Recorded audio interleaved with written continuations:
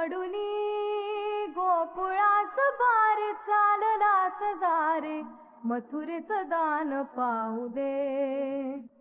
सोडूनी गोकुळास बारे चाललास दारे मथुरेचं दान पाहू दे.